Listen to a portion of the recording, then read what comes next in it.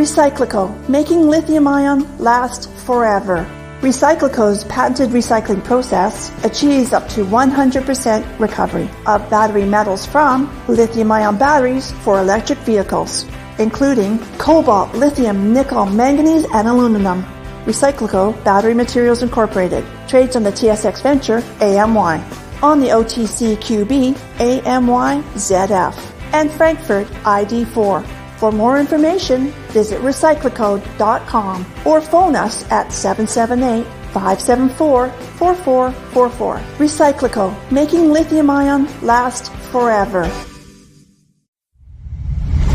You're listening to HowStreet.com radio, available online at TalkDigitalNetwork.com. Welcome to HowStreet.com radio, the online source for market opinions. Here is Jim Goddard. My guest is Hilliard MacBeth, author of the second edition of the book, When the Bubble Burst Surviving the Canadian Real Estate Crash. He's also a portfolio manager and financial advisor in Edmonton. His website, MacBethMcLeodPartners.com. You can find him on X at HMacBE. Welcome back to the show, Hilliard.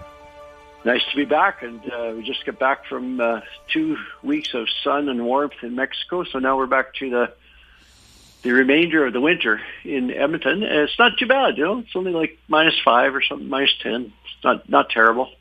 And yet I was watching a newscast from Chicago, and they said an Alberta Clipper is on the way. And I said, well, under Canadian standards, that's not too bad. Is it Alberta Clipper? I guess it's cold. Is it? Is that well, any bad weather, I guess, in the States is called an Alberta Clipper. Oh, well, I was thinking about these atmospheric rivers that come through BC, and they're not necessarily cold, but they're devastating. And like a couple of the ski hills got all the snow washed away by too much warmth, actually. Yeah, well, they used to call them Pineapple Expresses because they come up from the direction of Hawaii. And then suddenly they changed the word because that sounds pretty friendly. Oh, boy, we'll be showered in pineapple juice. But, it just means a lot of rain all at once. L.A. A lot of moisture. Yeah. A lot of moisture, yeah. Well, if you recall, a few years ago, we had our freeways washed out throughout British Columbia because of that. But those weather systems are now hitting L.A., I met a guy in Mexico. He's from Merritt, BC, and he said they got evacuated for that flood, that washing out of the massive flood in the winter, and then in the summer they got evacuated again for fires in Merritt. Due to the drought. That's the worst luck I've ever heard of. Yeah, we either get too much rain or not enough. They have to do a better job of capturing it.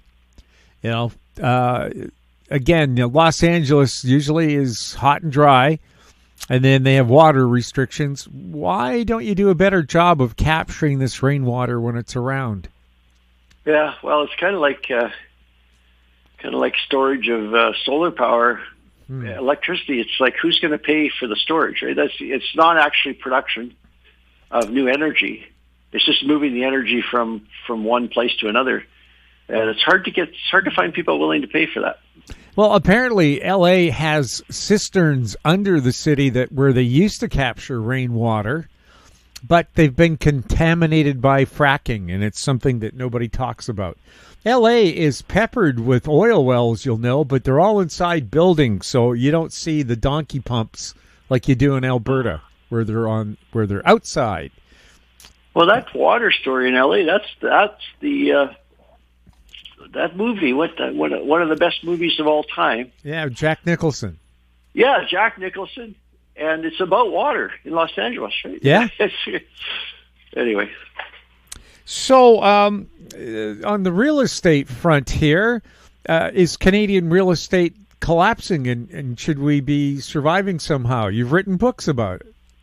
Yeah, so the latest on the Canadian real estate is actually in Alberta. We came back from 2 weeks, and I see all these sold signs have gone up in my absence. Now, I haven't had time to do an investigation, but just anecdotally, it seems like there's a new round of interest in buying. And I don't think the sellers were asking for higher prices. I think they were just happy to get it sold.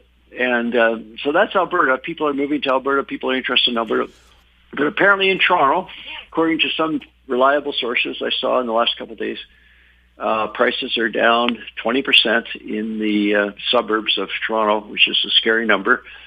Because as we know, in the last 2 or 3 years, almost all the transactions that were done, starting with COVID and then the big surge there, were based on 20% down payments or greater, because nobody really had any income, so they couldn't qualify for under the strict rules of mortgage-insured CMHC mortgages.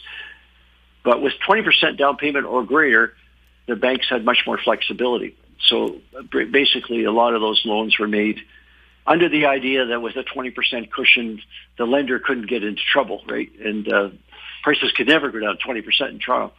And now they've gone down 20%. So that's in the low rise area. In the high rise, it's shaping up to be a disaster. And you and I have talked about this before, but high rise condos are they're just a ticking time bomb, and it's because when you buy a high rise condo, you're in a losing position from day one, because you've got a structure which is basically a liability. It's losing value as soon as you move in. And then you've got a tiny, tiny little bit of land, which is your share of the land underneath the, say it's 30 stories or 40 stories or 50 stories. And the land is the only thing that goes up in value. The building decreases in value over the lifetime of the building, say 50 years.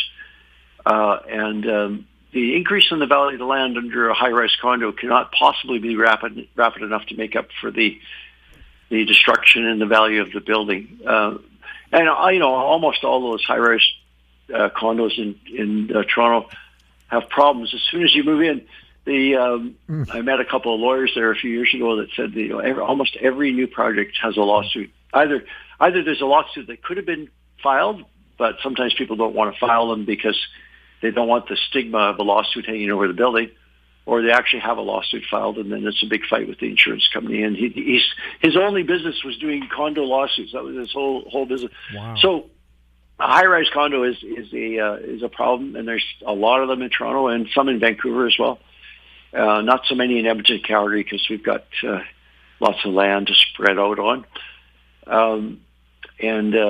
That'll be the one of the big features of the correction in Toronto if it continues. The latest numbers are that prices are coming down in Toronto and pretty well everywhere in Canada except for Alberta, where they're either flat or going up a little bit. Yes, the president of the Calgary Real Estate Board once told me the only thing stopping Calgary from expanding is Edmonton to the north, Regina to the east, the U.S. border, and the Rocky Mountains. Well, it's funny about that, because sometimes it feels like that when you're driving. But, Calgary is an amazing place. You can get a home. I tried to talk the top executives in our company moving the head office to Calgary, and one of my selling features was, for the amount of money they pay for a home in Toronto, which they have to commute like a half an hour to an hour from, they could have, for half price, they could have a better home in Calgary that's only a 10-minute drive or a 30-minute walk. And they didn't bite, of course. But so, the difference now is, though, they know where Calgary is. Prior to that, they didn't even know where Calgary was. But now, actually, it's changed a little bit over the years. And people are actually kind of a little bit interested in Alberta, mostly Calgary, not so much Edmonton, as a potential place for head offices. And there's lots of empty office space in both Edmonton and Calgary, so there wouldn't be any problem with that. Now, on the American real estate front, they seem to have a bit of a problem with anything that's more than 3 stories high.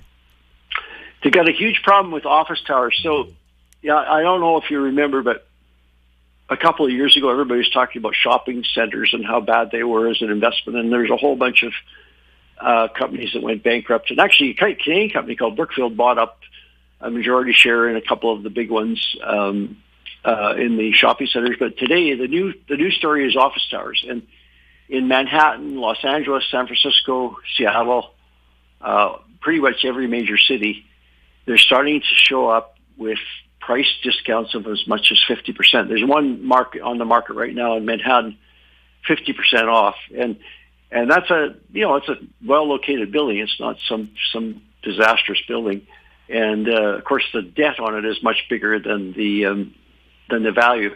There was one famous. It's a few months old now, but there was Brookfield had a property in Los Angeles, and the loans on it totaled $440 million, and the current appraisal on it at that time was $210 million.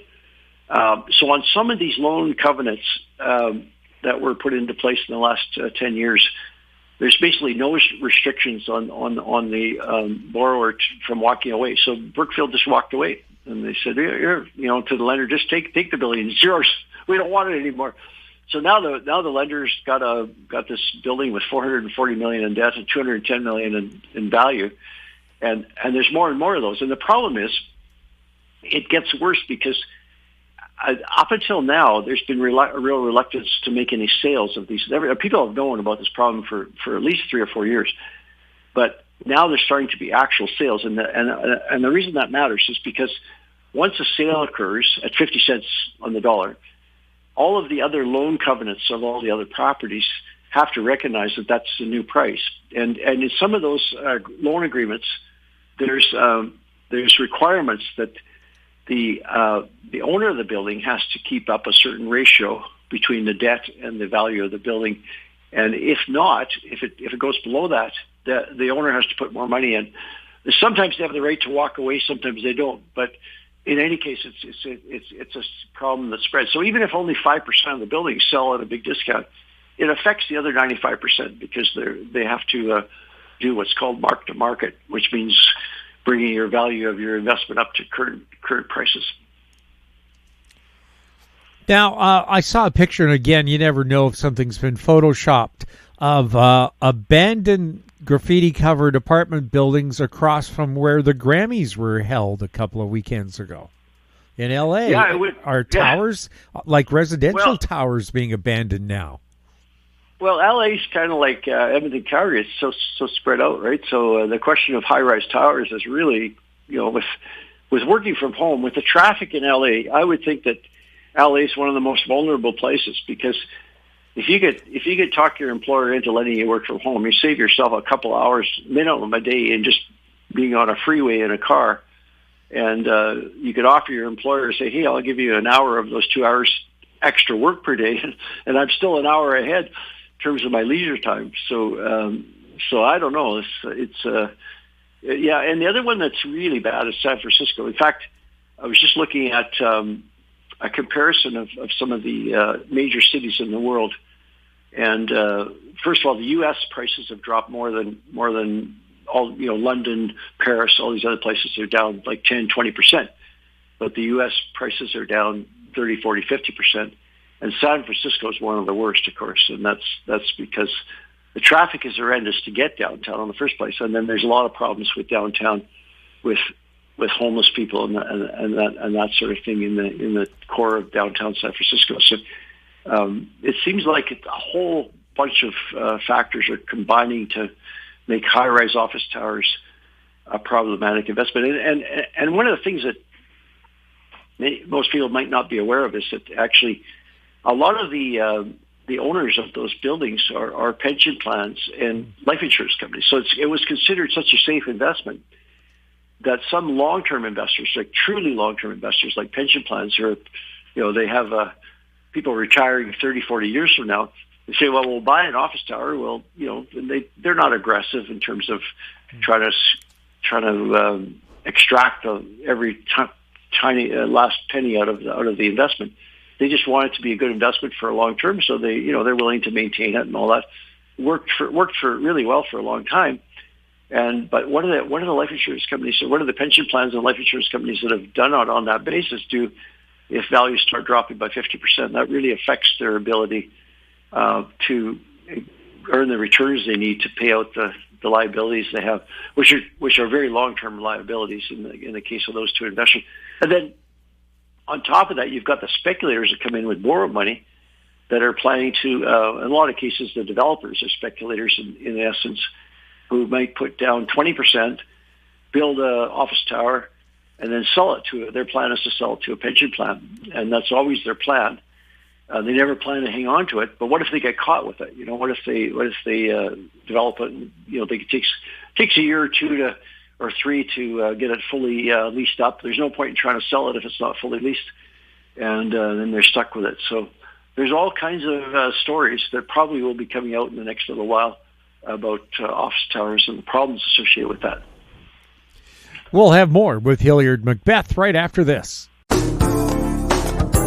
Don't miss out. Stay informed. Receive the HowStreet.com weekly recap with thought-provoking podcasts, radio, and articles delivered to your inbox. Sign up for the HowStreet.com weekly recap on our homepage at HowStreet.com.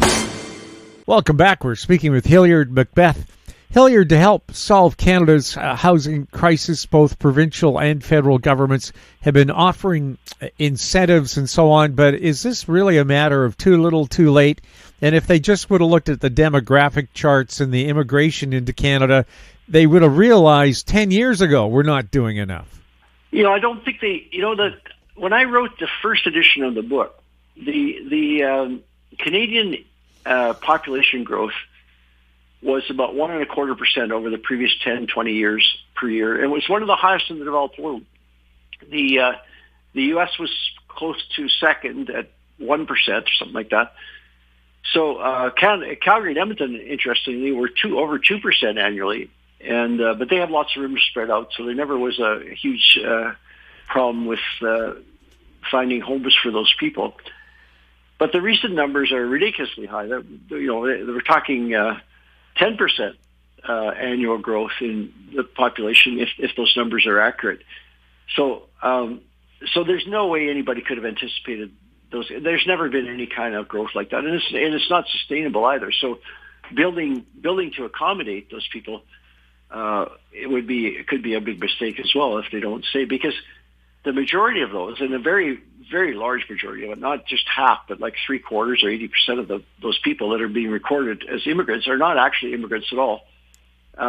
They are temporary residents. They're either here on a temporary work permit or they're here on a student visa. And those visas and permits last 1 or 2 years. So what I'm suspicious about is the headlines.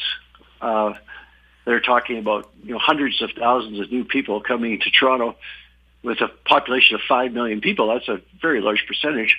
But are they really going to stay, or are they just here for a year or two of studies, or maybe to work, and then move on? And we don't know. And one of the things is that the government keeps track of people coming in, but I wonder if they keep track of people leaving. So we don't know. And also at the end of the 2 years, in 1 or 2 years, they have to reapply for a new permit. And I think lately there's been it's quite easy to get a renewal of that permit. I don't know, I haven't checked, but just talking casually to people at ski resorts from Australia and stuff, they don't seem to be that worried about getting a renewal. But we don't know if they leave or if they stay. And they become an immigrant by definition when they become a landed immigrant and they become a permanent resident. And so the study needs to be done on that as to whether, because are temporary people really going to buy houses in Canada? I think it could affect the rental market, but not necessarily the home ownership market. So it's a surprise. I don't think anybody could have anticipated it, and it's possible that it'll be that big political issue when the election comes. Whenever the election comes, I don't know when it's coming. It feels like the election's close, but it could be a very big political issue, and it seems like the top of the headlines most days these days. Well, yes, I just wonder, though, how a federal government can control inflation or the high cost of building materials, a lot of which are imported. Yeah, the federal government isn't responsible for housing. It's a provincial responsibility, right? So they are responsible for immigration, though. So that's where if you criticize the federal government, it would be on allowing all these people to come in. Was it wise to allow them to come in? But it's the provinces that have most of the responsibility for for the building of new housing, and of course, when it comes to finance, if it's a bank, then it's federally regulated, and some credit unions are federally regulated, and then other lenders might be provincially regulated. So there's a lot of blame to be shared, and it's hard to pin it on any one person. Although Justin Trudeau seems to get most of the blame. So, but I really don't know. I think it's there's a report that came out in the last few days from a credit union in central Alberta that said the solution to the housing problem is a 50% decline in house prices or a 4% annual increase in wages for 10 years. Either one of those, that would be compounded. So that would bring wages up substantially. But it's unlikely that it's possible to get wages to grow that fast for that long. So the more likely thing is a 50% drop in prices. And it's not necessary in all cities, but in the majority of the real estate in Canada is sort of centered in 4 cities: Montreal, Toronto, Vancouver. I guess 3 cities: Montreal, Toronto, Vancouver. And 50% drop in those 3 cities, especially Toronto and Vancouver, would go a long ways towards fixing the problem. But nobody, there's some people that want that, but the majority of the people don't want that. Certainly, a lot of people, the lenders especially, really don't want that, because that would cause major problems with insolvency and bankruptcy for them. If a bunch of people. If people were looking at 50% off their homes, they might walk away from them, even if they have to declare personal bankruptcy to get out of the obligation. Right. Now, BC, about 100,000 people a year move here. I don't know what Alberta's number is, most likely higher. We're not building fast enough for a brand new mid-sized city moving in every year. Yeah, but on the other hand, the investment in residential real estate, the reason I'm pushing back on this is it's been my view for the last more than 7 years that we're spending way too much on residential real estate and not enough on research and development and learning how to manufacture things and how to we're so far behind, and we're falling further behind because we're focused too much on real estate. And so I think it's not so much that there's a lack of real estate. It's we're building the wrong kind of real estate. Luxury high-rise condos, boxes in the sky, are not the appropriate kind of real estate for a family that's coming in with 3 or 4 children and maybe an immigrant from another country, or a young family that wants to start a family that already is here. It's just not the right kind of housing. So it's not a problem of, it's not a case of we haven't put the money there. We put too much money into it, but it's the wrong kind of housing. And we don't control that. The government doesn't control it. Nobody controls it. It's the free market, the private sector, the free market rules, and that's what we're selling, and it's mostly selling to speculators and money launderers and foreign buyers, and they were setting the tone of the market, even though they weren't doing all the purchases. They were willing to pay $2,000 a square foot in Vancouver for a box in the sky. Everybody else thought, well, that must be the right price. I should pay that too. It's ridiculously high, and nothing like that exists in places like Chicago or other. It's just crazy, and yet you can't even do anything with that building, with that box. You can't really start a family with that in that box. It's really hard to. I actually know a few people that have tried it, but it's not much fun really, and so here we are. We've invested a bunch of money in the wrong kind of real estate. And I think the report from the credit union in Alberta that came out with the 50% drop in house prices, that makes more sense, because then that'll allow people to get away from boxes in the sky and actually purchase more suitable real estate at a reasonable price. There was also a study that found that people who have homes with backyards live longer. Well, maybe the people that buy homes with backyards are healthier in this to start with. So the causation goes the other way. It's like, they're more affluent. You have to be healthy to have enough money to be able to afford a house with a backyard. I don't know. Like I don't know if it's a backyard. I think. And I don't know that necessarily living in a high rise is a problem, but from an investment point of view, it's a terrible idea because you've got all the maintenance of the structure, which is even if it depreciates at 2% a year, and even if there's no problems with the structure, those are very generous assumptions. You still can't make the math work because you don't have enough land associated with your individual share of it.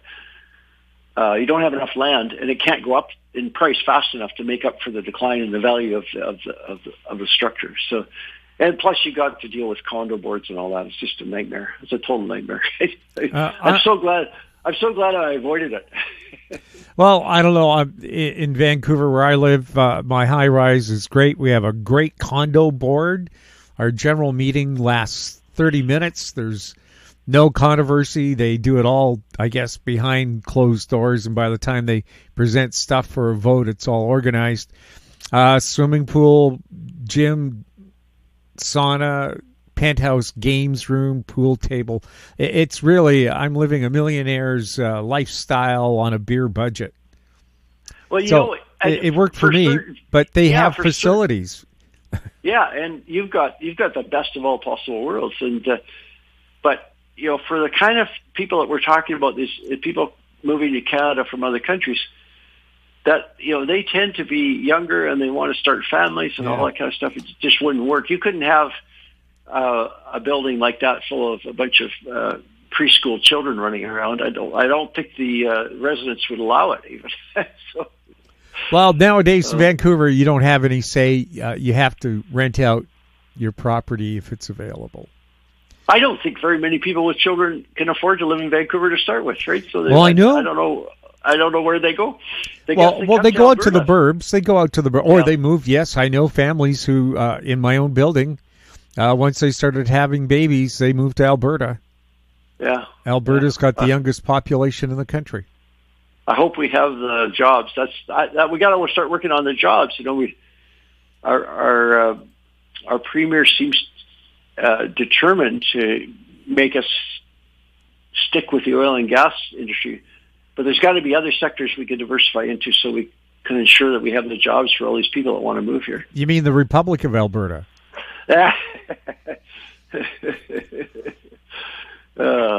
How viable would an Alberta-only pension plan be? Quebec's pension plan invests in Quebec. They believe there's a future in Canada.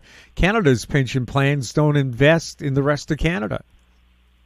Yeah, the best thing you could do if you had an Alberta-only pension plan would be to invest all the money outside of Canada, because you don't want to have the risk of having all of your residents tied to the economy in Alberta, and then also have all your investments tied.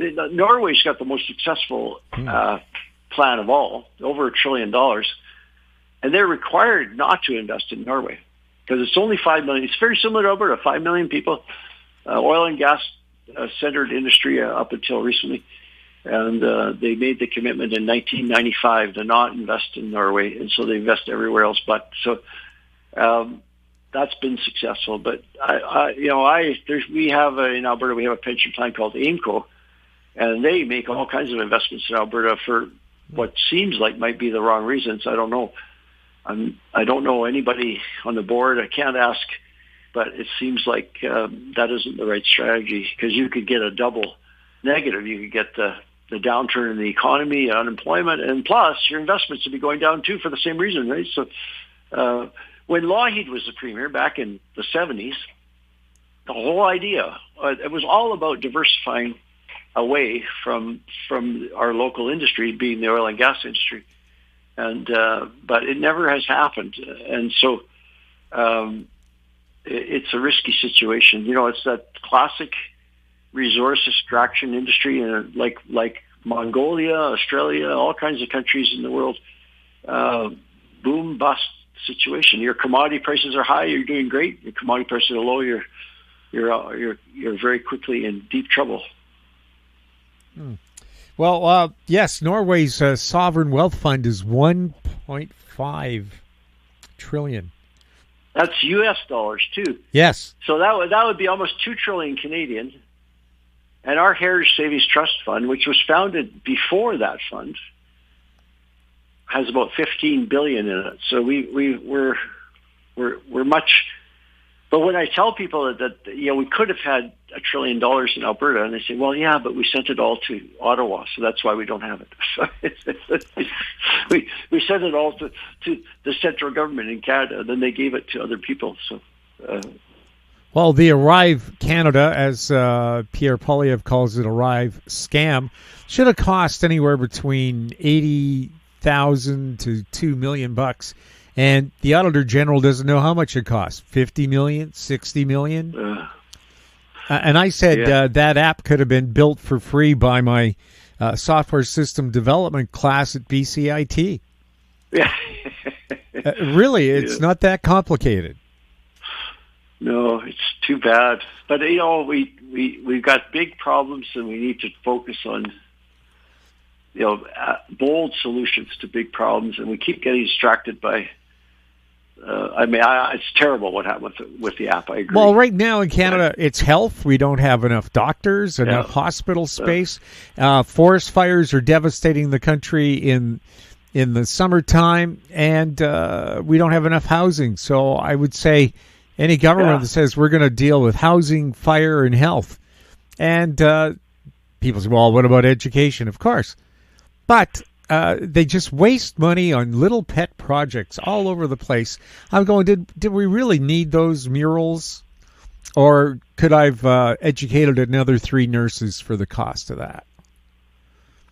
And ask communities to decorate. Why does it always have to be up to taxpayers? If they just had sacks of flower seeds at City Hall, I'm sure your local residents would love to come along and decorate their city and not cost them anything. You mentioned City Hall. That's the next crisis that's coming is the tax increases, property tax increases. Oh, they never talk about those. That's coming. It's happening in Edmonton really bad, and I'm sure it's coming all across. I think Toronto is a huge issue in Toronto right now with the new mayor and property tax increases. So, inflation.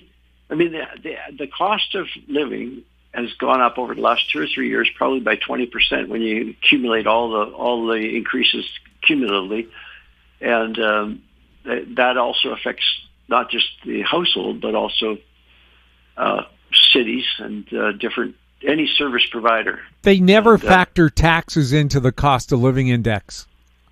They don't put in fuel, they don't put in housing, and they don't put in taxes.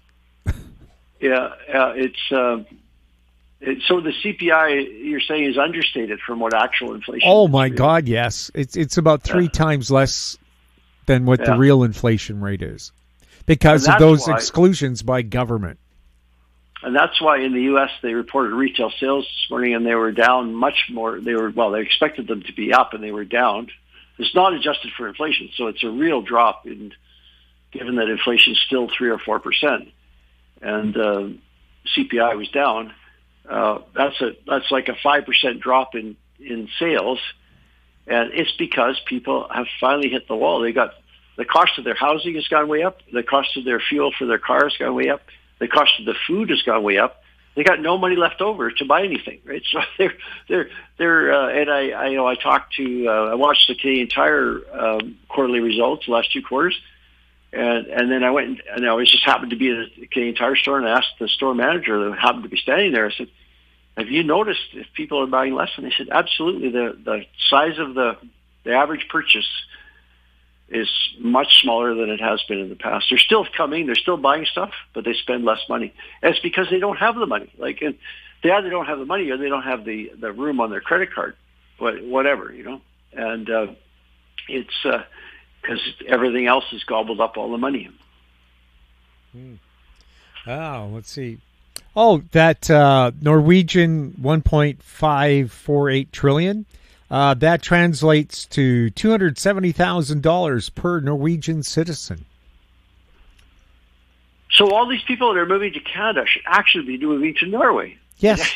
that's where they should be going. And I bet you Norway has real big restrictions on who can move there. And Norwegian's not an easy language to learn. Some of those countries over there, Norway might be one of them, is you have to live there. I'm trying to remember which country it is. It might be Norway. You have to live there for a minimum of 5 years before you can even apply to buy a house. Like, you're not even allowed to. Nothing like these foreign buyers can just come in or send their kid over and buy a house in Point Grey. You have to actually live there for 5 years, and then you have to apply for the privilege of buying a house. Right? So it's a different world. But it's nice to know you have $270,000 in the bank, U.S., so over 300,000 Canadian. And whereas in Canada and the U.S., we all owe, I don't know, hundreds of thousands of dollars each. well, they do have really high taxes in Norway. So what the decision they made was they weren't going to rely on all that oil and gas revenue. They were going to save it, and instead they charged people taxes to pay for free healthcare, free education. So people were paying the high tax rates all the way through, and that politically maybe wouldn't have been possible in Alberta, because Albertans believed in low taxes. But I don't know, which would you rather be? I'd rather have the money in Norway, there's nobody living in the street. The entire country looks like it's been manicured by homes and gardens for a cover shot. Yeah. Yeah. So after you make, but how much sunshine do they get there? That's the question. They don't get a lot of sunshine there. So in the summertime, they do. It's like northern Alberta, lots of sunshine in the summertime. In Peace River, you got to wear sunglasses all winter during the daytime because the sun never gets off the horizon. It's always in your face. You should know that. Yeah. Hilliard, thank you so much for chatting with us. I'm sure we've solved the country's housing crisis by now. Yes, it's been fun. Thanks. My guest has been Hilliard MacBeth, author of the second edition of the book, When the Bubble Burst, Surviving the Canadian Real Estate Crash. Where can people get that book? They can get it. Most people buy it online, like through Kobo or Amazon or any of those. And then if you want to buy it in physical form, you can buy it from those sources, and also in most major bookstores in Canada. Hilliard, thanks again. Thank you. My guest has been Hilliard MacBeth. He's a portfolio manager, financial advisor in Edmonton, besides being a bestseller author. You can find him online at MacBethMcLeodPartners.com, on X at HMacBE. If you have any questions for Hilliard or for any of our guests, you can send them to info@HowStreet.com. Our YouTube channel is Talk Digital Network. Find us on X at House Street. We're also on Facebook. I'm Jim Goddard. Thank you for listening. Comments made on HowStreet.com radio are an expression of opinion only and should not be construed in any matter whatsoever as recommendations to buy or sell any financial instrument at any time. Available online at TalkDigitalNetwork.com. HowStreet.com radio is a production of House Street Media Incorporated.